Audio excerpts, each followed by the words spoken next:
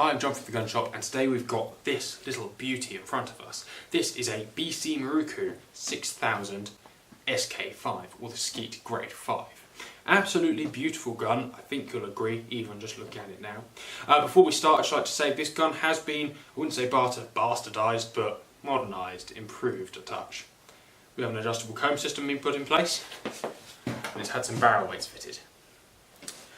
And the forehand's been changed out for a slightly larger beaver tail one than was on there when it was made. So, a little look. We have a very typical 1980s pad. These guns were made throughout the 80s and I believe even into the early 90s. Very typical big fat trap pad that Miroku have had on their guns for years and years on all their discipline specific guns. A fairly nice walnut stock with an adjustable comb fitted, but like I said, that wasn't standard. What makes these guns appear a bit old-fashioned nowadays is that more swept-back grip, a bit unfashionable now certainly. Hand-checkered. That grip actually, I love it. I think it's actually fantastic. It's very, very long. You have a manual safety catch with selectable single trigger. Deep hand-engraved scroll engraving. Beautiful 1980s rib that you could park your car on. Taper from the back to the front with a double bead sight. Initially this would have had a slightly smaller forend than this, but this is a more modern beaver tail forend being put on there. But it matches quite well, it's not horrific. And fixed skeet cylinder chokes with these barrel weights. But I say the barrel weights don't really make a difference. They do make a massive difference. 27-inch barrels, skeet and skeet.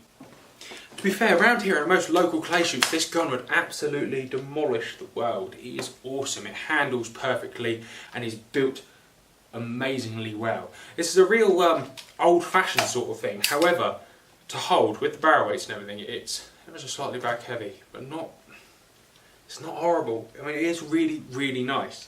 But the thing I really want to focus on about this gun is the hand engraving. So come in and have a little look.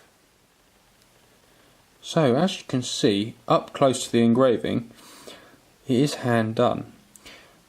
Well, but not so perfectly that the cuts are amazingly smooth. So there is a touch of jaggediness on that deep scroll there.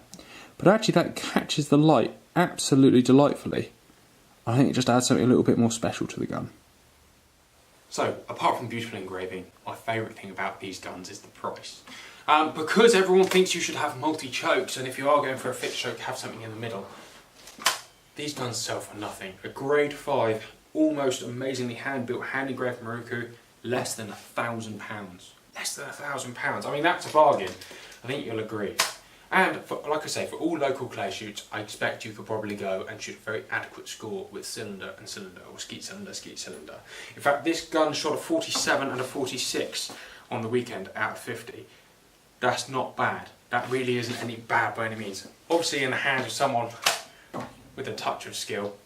And say the short barrels aren't that perfect, but with those barrel weights it feels more front heavy than it actually is, which it is lovely. And with the adjustable comb makes it perfect for everybody.